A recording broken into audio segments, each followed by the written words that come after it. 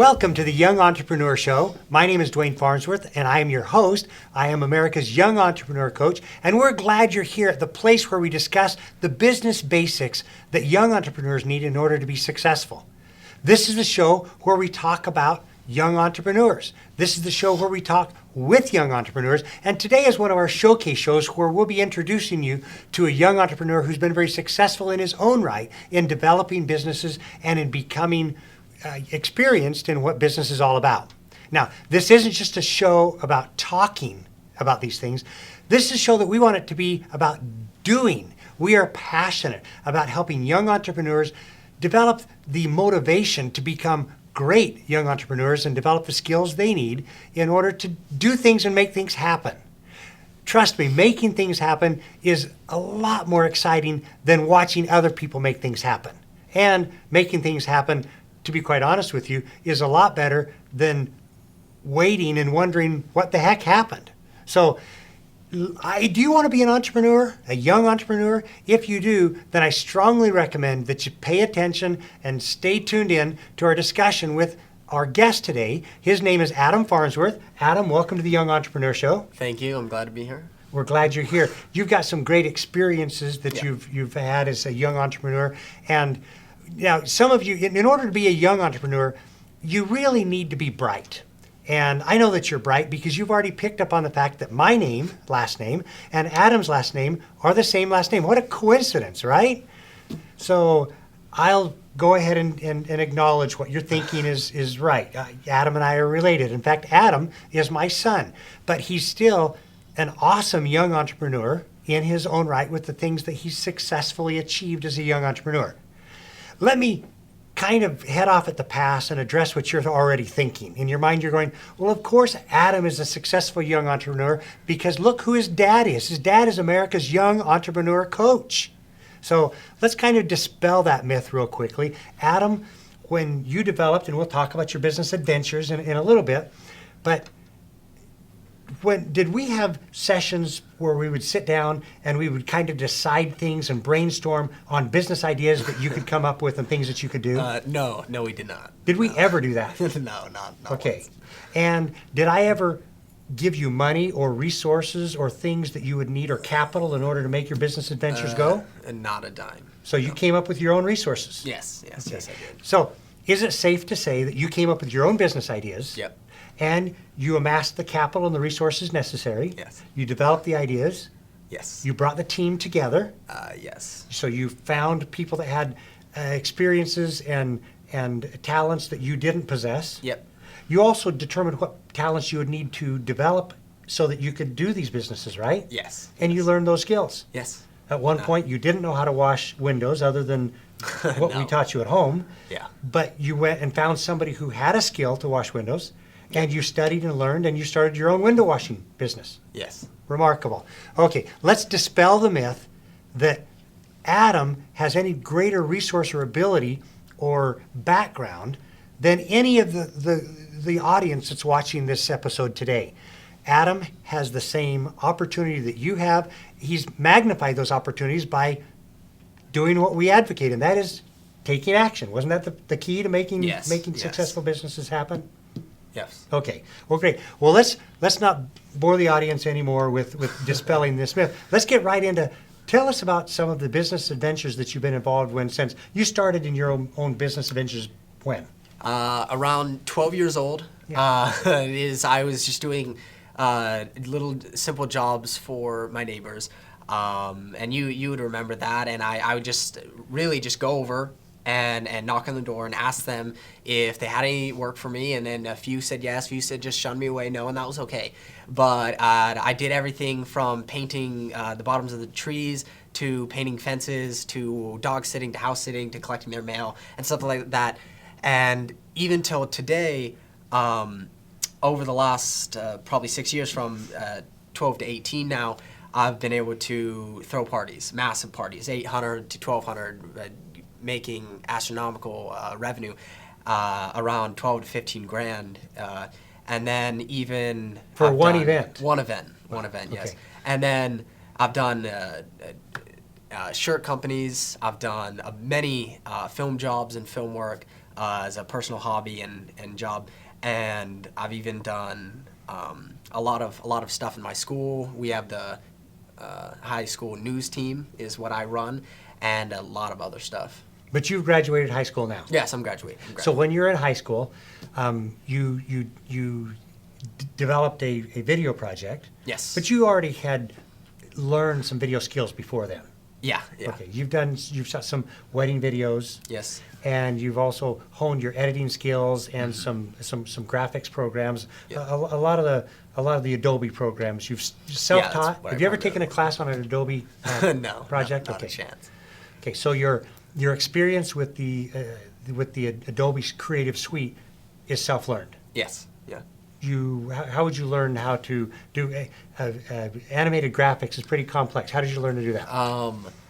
It really was just a process, starting from just the first things I ever did in video, and I just immediately tried to up my game further and further, and eventually I got to the point where I could do animation. So that really began with just the want to do it and the drive to do it, Yeah. and the necessity to do it. If I had something I wanted to do and maybe I sought out a job and I got the job, then I would learn how to do that. So you'd maybe commit yourself to something, and now you have a deadline and you make it happen? Yeah. It's incredible how much that comes into deadlines. Really do spur us into. There's a principle out there. I forget what the principle is, but there's a principle that we actually produce more as a deadline arrives. Now, that's not just a procrastination principle. It's an actual studied principle that smarter people than us have Yes. figured out. But you would go out, and some people use the analogy that you build the airplane as you're taking off. You commit to something, and then you go out and learn how to do it. And that's a remarkable skill and becomes necessary for young entrepreneurs. Sometimes you've got to see how the project develops up. You're not going to know the end from the beginning, so don't wait until you have a perfect plan. Yeah. Make a plan, commit yourself to something, and then go out and make it happen. And you learned videography, photography, graphics design, and all this Yeah. stuff from the Adobe Suite. You Yes. probably watched some YouTube videos, talked to some people who had those skills, Yeah, so there was a lot of YouTube watching. tried and failed and tried again. Yes. Isn't that Yeah, great? actually. I love failure. Failure is one of my favorite things, as long as we learn from it. And as long as, the great thing about being a young entrepreneur is that your failures come with fewer zeros on the end of it. I've had in my career some clients that have come to me after they've almost crash landed some businesses, and they've had tens of thousands of dollars at stake in those failures, and how great it is to engage in, for example, your window washing business. Yes. You had told me before that you did some residences. How many homes did you wash the windows in?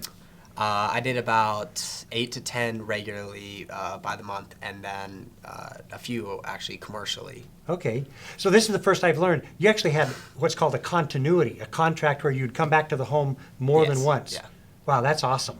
I'm still learning about things that Adam has engaged in and businesses that he's done. And a lot of the business adventures that he has been involved with, as he's developed the ideas, he's come to me and asked me questions. And I was excited that he was engaged in those things. But I didn't always know in advance. It's real important that your parents do know what you're doing, but you can dream and you can make plans. And when you were developing your businesses, did you seek the advice or counsel from anybody? Not at first. Originally, it just came from the idea, and then as problems arise, I would seek out guidance from either mentors, friends, you guys as parents, and usually that would solve it pretty quickly just by experience of you guys.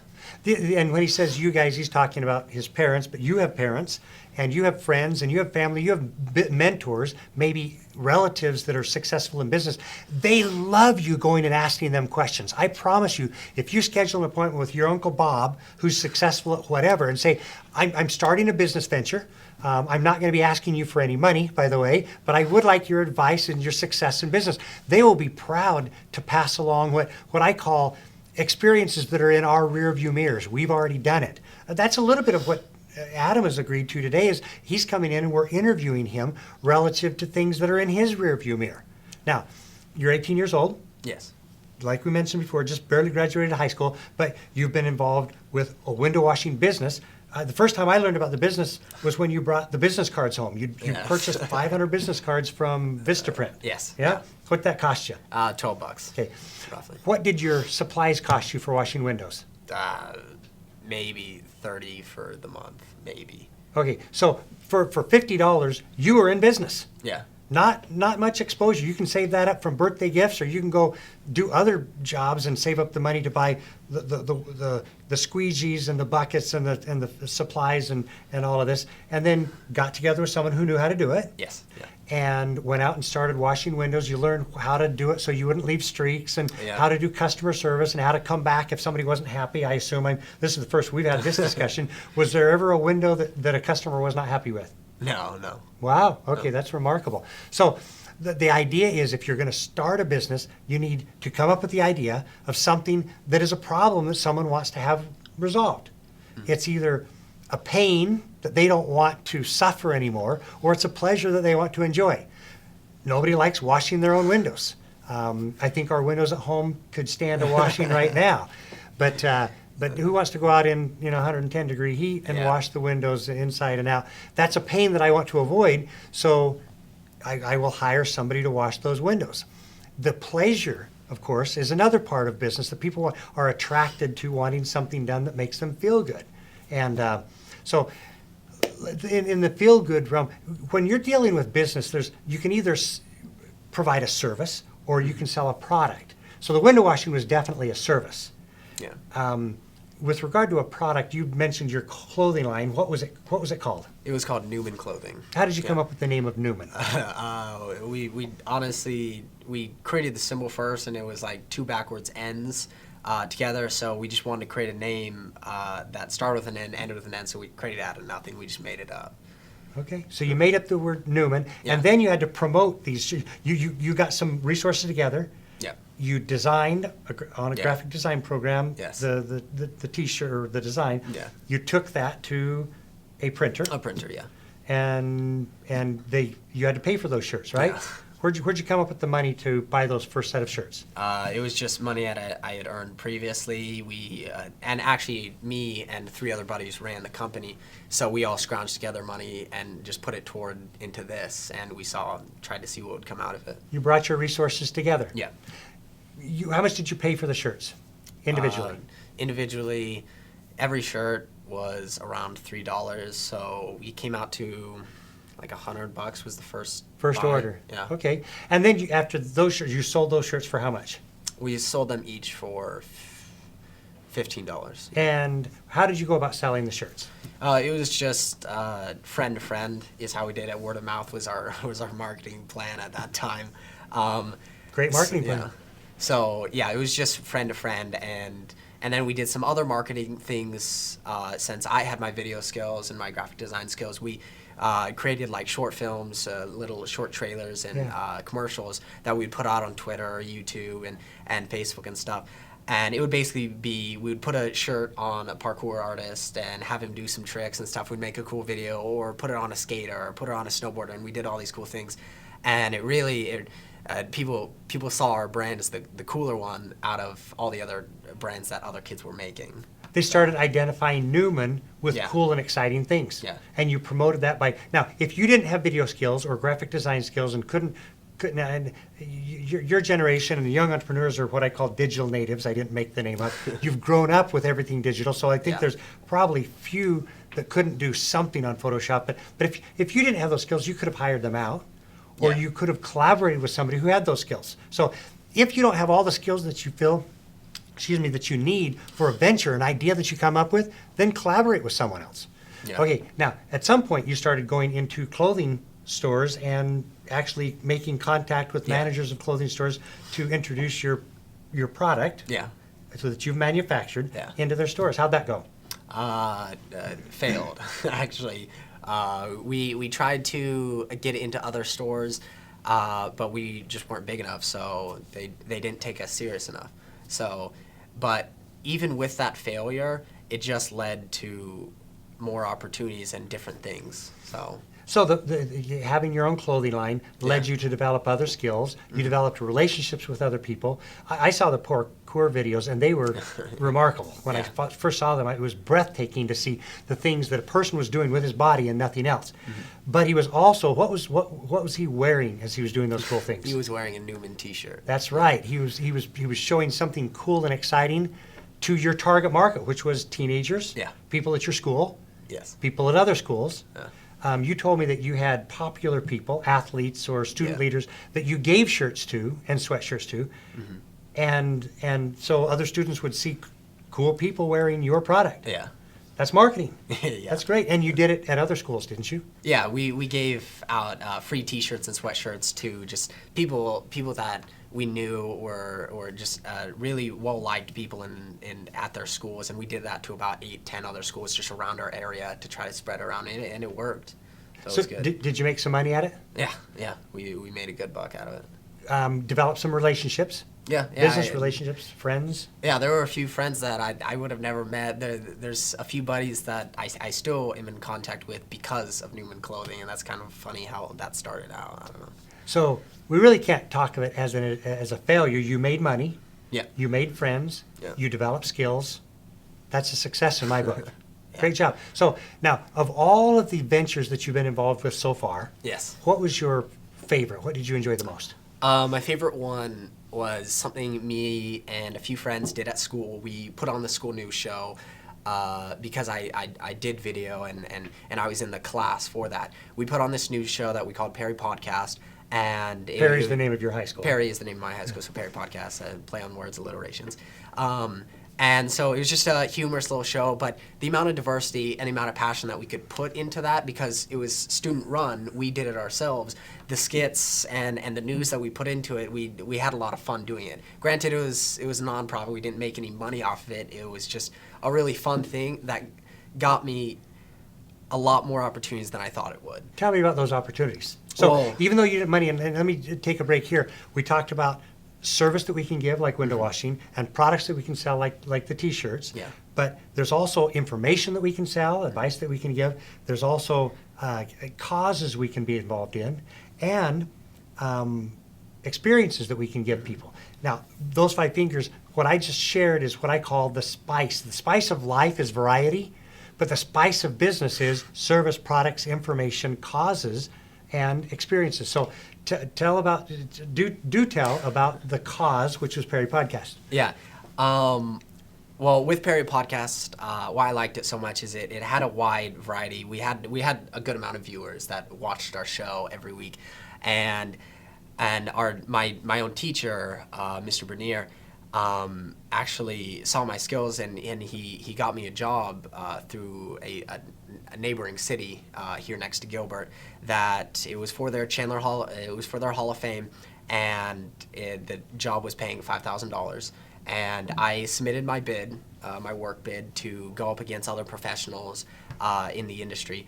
And mine actually won. I had to go down there, do an interview with the board of directors there. And I won the bid, and I was super excited. And I was just thinking about how something that came from a nonprofit, but was just something really fun, but it put me out there, Yeah. led to this job. Yes. So... Excellent. I was excited when Adam came home. I didn't know that he was actually bidding for this job until he had already won it. And I was excited for my son that he had won this commercial opportunity from a neighboring city against other competing professionals. And I was even more excited when I asked him how much he was getting paid for it. $5,000, because he developed a skill and he developed the networks and the relationships. I think also you had confidence that you could do it, because you'd already done things like that. And that same confidence can be developed up in any type of exercise or business venture that you want to get involved with. Well, that's exciting. So that you've explained to us what your favorite enterprise was, which was a nonprofit. It was Yes. the Perry Podcast. But probably the most profitable venture that you've been involved with are your dance parties. Yes. Okay. Yes. Tell me about the origin of your dance parties, and then we're going to save off. So you don't need to go into great details about the Halloween party, because we're going to save off and do a few other segments to actually show the audience what it is that you did a step-by-step process so they can do it, whether it's putting on a dance or any other type of event or anything like that. So you don't have to go in great detail about the dance party, the Halloween party, Yeah. but tell me about how you became involved in putting on dances that drew as many as 1,500 young people to them. Well, this was kind of like my Perry podcast story with yeah. the fact, but also that the news show led to the Hall of Fame job, whereas the Newman T-shirts was actually the doorway into my first party. I've put on 3 parties now that have got anywhere from 800 to like 1,600 guests, which made it.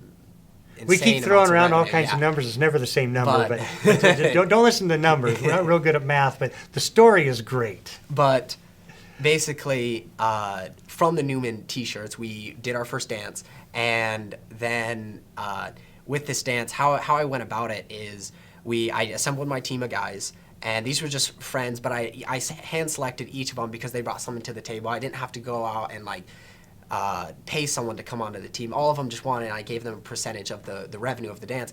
And so all of us had our own little skill, Yeah. and we all collaborated to make this huge event. And so my favorite part about that was the collaboration. There's no Cool. way I could have done it myself. I needed those A three lot of guys. projects are like that. Yeah. But you built your own team. Yes. And it's doable. Yeah. Can they do it?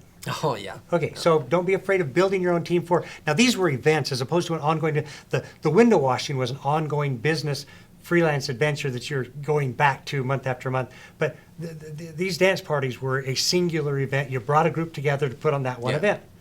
And I learned about this. I think this is a New Year's Eve party, right? Yes. I think I learned about this on New Year's Eve a couple years ago. And the way I learned about it was basically I learned that you had rented an airplane hangar Yes, yes. as you were just barely 17 at the time, right? Yes. Yeah. Okay, you rented an airplane hangar. Were there airplanes in it? No, we Okay. got the airplanes out. No. Okay, and you were going to hold the dance for New Year's Eve, Yep. and it was a Newman party to bring Yes. people together to get them interested in buying and being part of Yeah, this yeah, that was the whole point. this clothing line. Yeah. But what happened? The party actually was a big success. Yeah. And we made a lot of money off of it. There was like 1,000 people there, There was around and they 1,000. they dropped how much? to get in? $10 at the door. $10. Yeah. So I'm this good at math. I can take 1,000 people with a $10 bill and tell you there was $10,000 dropped on New Year's Eve for this guy's dance party. Okay, Yeah. but you had to share it. Yes, You had yes. people you had to pay. Yep. Okay. And it went 4 ways, but overall, massive success. Okay. So New Year's 2014 comes and goes. You've got some money in your pocket, some seed capital for doing other things, Yep. buying some more sweatshirts and Yeah. whatever you did. But you really started working on developing your videos because you were hired that year to put on the video production of a Yes. live event. Yep. Kind of like running switchers and different cameras and the Yep. links and everything. This is real time media. Big deal, yeah. Okay. Probably what, a $70,000-$80,000 Presentation. Presentation? Oh, yeah, no doubt. Okay. Actually, upwards, with the whole conference together, it was upwards of 200,000. Yeah. I just brought this out of my mind. Were you? No, that was Adam. Never mind. You are Adam. Another son of mine, Terrell, was doing something similar, and somebody came up and hired him to put on their own conference right then. And Yes. it wasn't without any of the previous group at all. He just went down and did the video work, and it makes a father proud when his boys take some skills that they've learned and do great things with it. Okay, well, let's talk introduce what school started back up again, and now you get this idea a couple weeks before Halloween. This is the reason you're here is because of the safety video that we did as our episode 1. And I said, Yes. well, maybe we'll bring Adam in and he'll talk about this. So not only we're going to have Adam talk about it now, but this will be the subject of the 5-segment presentation that we do on how you can put on an event that's successful and earns money. Okay. Tell me about the Halloween party. Halloween party starts at preparation. I assembled the same, actually a little bit of a different team. It was a 4-man team, and so it was me managing the party, and then I brought in a close friend of mine to do all the marketing, make sure it was getting a good outreach on Twitter and other social media. Promotion, And then yeah. we had my older brother, Brian, did the financing for it. He financed the dance. And then we had a 4th person.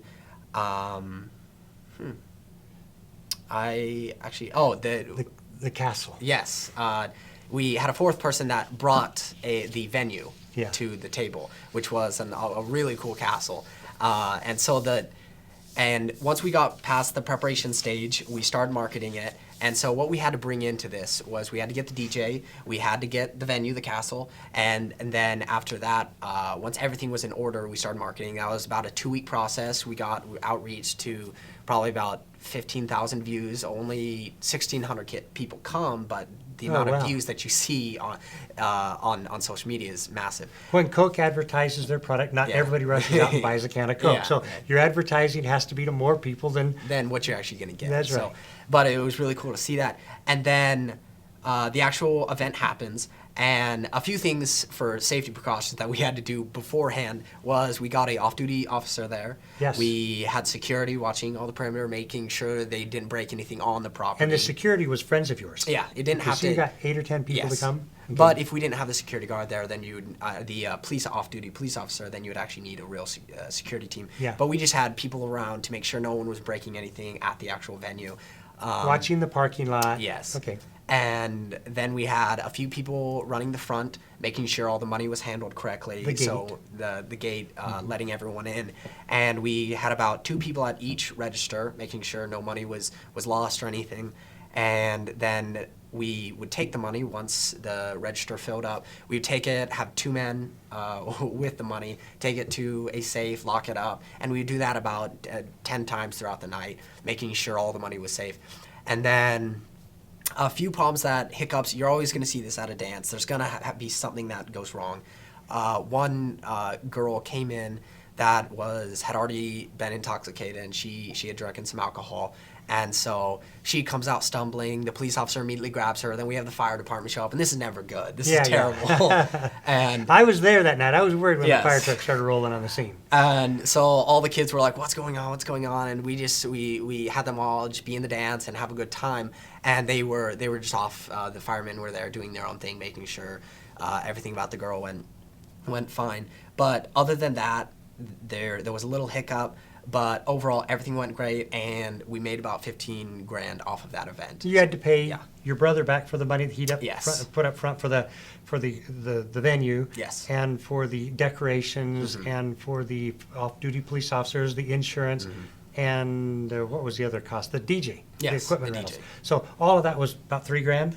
Came out to be about 3 grand. So then take that out, we're about at 12 grand. And so with 4 guys splitting up evenly, we all walked away with about 3 grand. So a couple weeks effort, one real night's work. Yeah. And as a high school senior, you earned 3 grand. Yeah. $3,000. That's where, and you were still 17 years old. You weren't even 18 at that point. Yeah. That's remarkable. That is entrepreneurship. And even though it's remarkable, it's doable by anybody who wants to take. And there was a risk there, wasn't there? Yes, it could have big rained risk. that night. You Yeah. could have been out 3 grand Yes. and nobody shows up. Yeah. Instead, if you worked for somebody else who had a dance, you could have earned $120 that night. Yep. Right?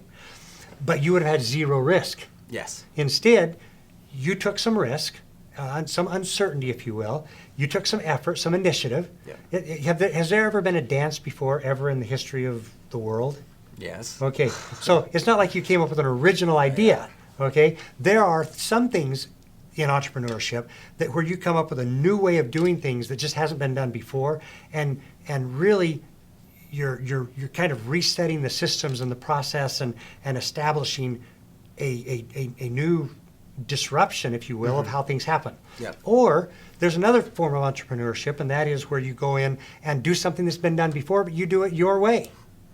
And that's kind of what you did. So if you're going to go do something, you can come up with an original idea. You don't spend your whole teenage years trying to come up with an original idea, though. You can do something that's been done before, but do it your way.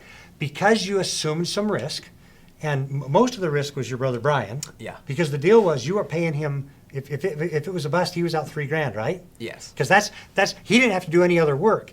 He was going to get a profit. He was getting everything. He was going to get paid his 3 grand back. Yeah. And if there was a profit, he was going to share 1/4 of that. Yep. Okay, so you had a little financial risk, but you had some time involved. But the upside of getting involved as a self-employed entrepreneur is that you were able to take home in virtually 10 hours worth of work plus 1 night of actually putting on the event. Yeah. You were able to take home $3,000. Yes. That's what makes you a remarkable, successful young entrepreneur. So let's talk about a few other things. What experiences have you had in business where you've had to build a team other than, well, I guess we've talked a little bit. Have you had to build a team in anything other than the dance parties? Well, the Newman T-shirts was Yep. a team build. The window washing is I had to outreach to someone that already kind of knew window washing, and I brought him in it as a partner. The Perry podcast, the news show for my high school, that was, I don't think I've actually ever done a project by myself. Well, I've done smaller things, but the big collaborations, Yeah. I've always outreached to people that I knew had a specific skill and I brought in. Because sure, I do video work and I do that great, but I don't know how to market like my friend does. I don't know how to do parkour. I don't know Yeah, how to do any of those things that I brought in to make this team. You don't have to have every skill. Yeah. If you have a skill and focus on what you're good at and then bring together, the collaboration is a great Yeah. idea. Now, you want to be very careful about forming formal partnerships that are long-term. Yes. Those are a lot more difficult. There's some legal issues, there's some taxation issues. But if you're going to put on an event, I'm not saying there are no taxation issues or legal issues. You know, you had to sign a contract for the Yes. for the venue, when you rented the airport hangar. That was a little bit of a shock to my system. It was like, what?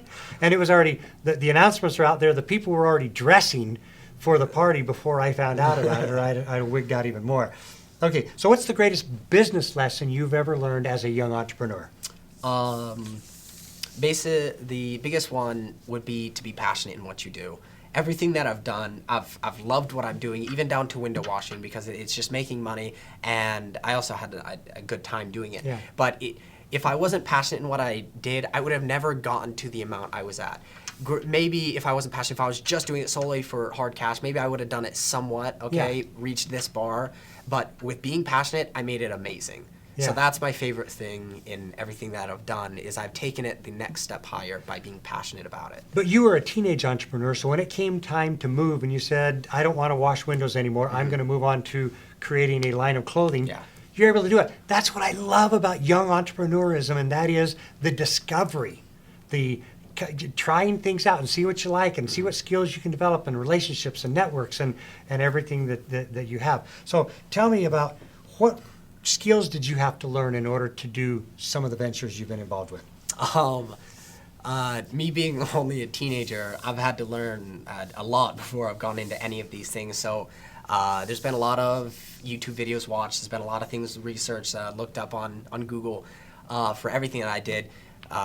Everything from T-shirt design to how to wash a window properly, how to I had a lot of stuff with my video skills. There's no way I would have been where I was without looking at YouTube an hour a day with just tutorials. And so I've had to learn numerous things. And you can get a mentor. You can go out and find somebody who you can be an assistant to.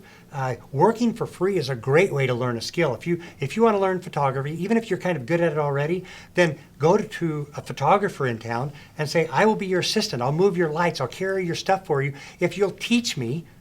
And this basically is just a mentorship or an internship. If you have a family member that's in business, go ask them if you can work for them for the summer, even if it's for free. Now, I've had some things that I've suggested to some of my friends that they talk to my children about and invite them along, and they've ended up, when Dallin went to the state leadership conference in Tucson last year, I had gone to Grandel and said, hey, will you give Dallin a call and let him come? Don't pay him anything, but just have him gain that experience. Well, by the end of the event, Grandel did pay him, and not only that, he developed up a skill that he invited him back this year to do that camp, and next year he'll be coming back. So these relationships, go find and seek out people that have a skill that you need or like, and either incorporate them, bring them in.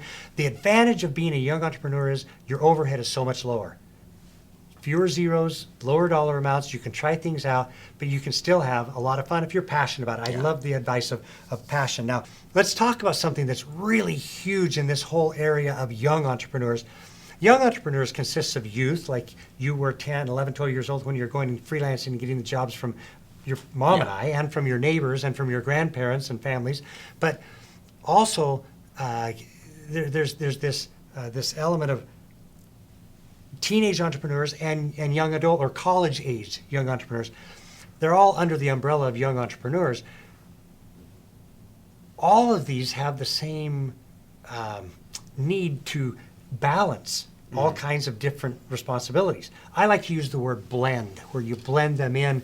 It's not an actual balance, but the world talks about balance in terms of you had schooling you had to take care of, right? Yes. You had scouting responsibilities, and you had church responsibilities, and you had responsibilities in the community that had come to ask you to help with, for example, the Constitution Week celebration that we have in Gilbert every year. And I imagine other community things, I can't think of them off the top of my head, but there were community things, schools, scouting, extracurricular school stuff like Perry Podcast. You've been a busy guy. Do you have more time than anybody else has? Not a chance. No. Okay. You lose a little bit of sleep learning how to edit, right? Yeah. There's a lot of time putting. I know sometimes when I was editing, when I was younger, I'd be up all night and not really even realize that the night was gone. So what, talk a little bit about this blend, how you were able to do it, and how it is possible for someone to balance or blend all of these different activities, responsibilities into a high school curriculum. Well, like you said, with school, with scouting, with church, and extracurricular activities, being able to wrap in all of these other jobs and things that I've done was really, I guess, stuff like, let's say, the Newman T-shirt company. I was putting that on with my friends, and we would have our business meetings, or just when we would talk about the business at school or at lunch, another time when I was working on the parties, a friend of mine was at my church, and I would just talk to him about that, and he was on the team to make the dance happen. And all of these things kind of just blended around my life, and I was still able to do those things and be at everywhere I wanted to be, but work on all these entrepreneurship opportunities that I had.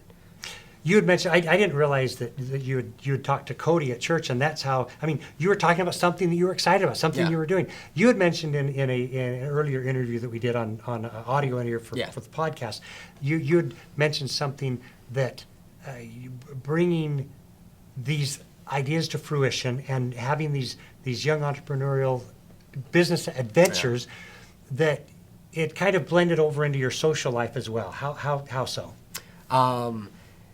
Even with all these things that I have,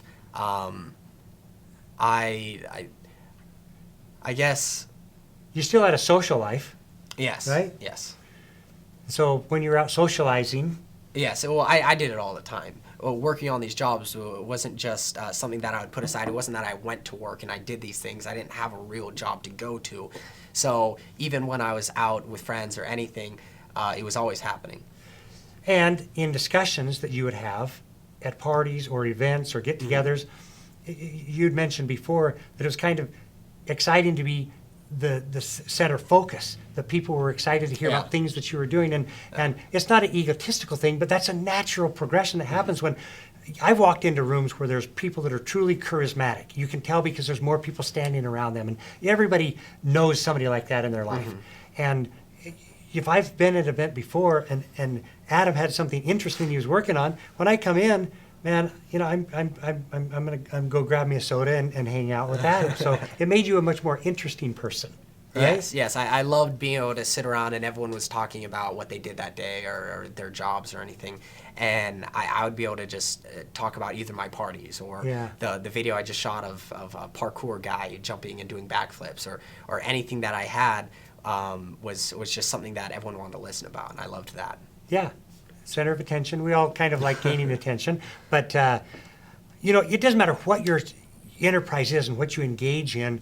It still makes you a more interesting person to talk to. Now, that's not to say that your studies or your tutoring or your schoolwork or your piano lessons, and I'm not talking about you in particular, I'm talking in general, that it makes you an uninteresting person. But I am one who professes, and I might be the one who's beating this drum the loudest, but I believe that every teenager in America should have their own business when they're in high school.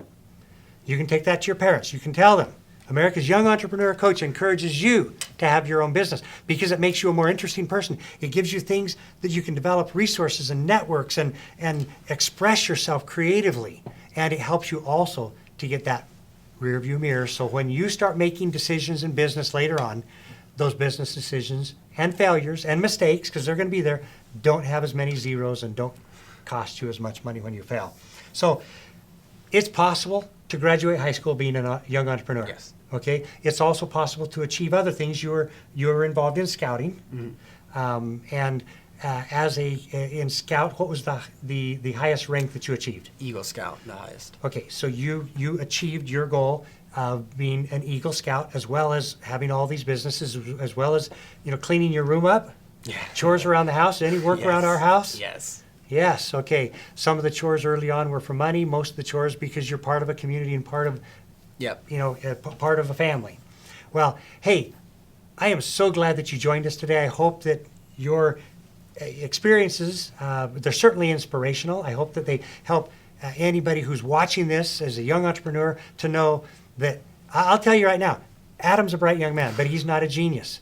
And he's a worker. He's not the hardest worker in our family, but he's a worker. And he has some talents and skills naturally, and he has some that he's had to develop up. But he's a pretty average guy. If he can do it, you can do it. I hope that you recognize that business adventure is out there everywhere. And I encourage you to engage in business and learn and study and do the things that you need to do. And most importantly, take action. So to close out the show, I will just say, remember that business adventure is out there. Take action and adventure on. Thanks for joining us. We'll see you next time.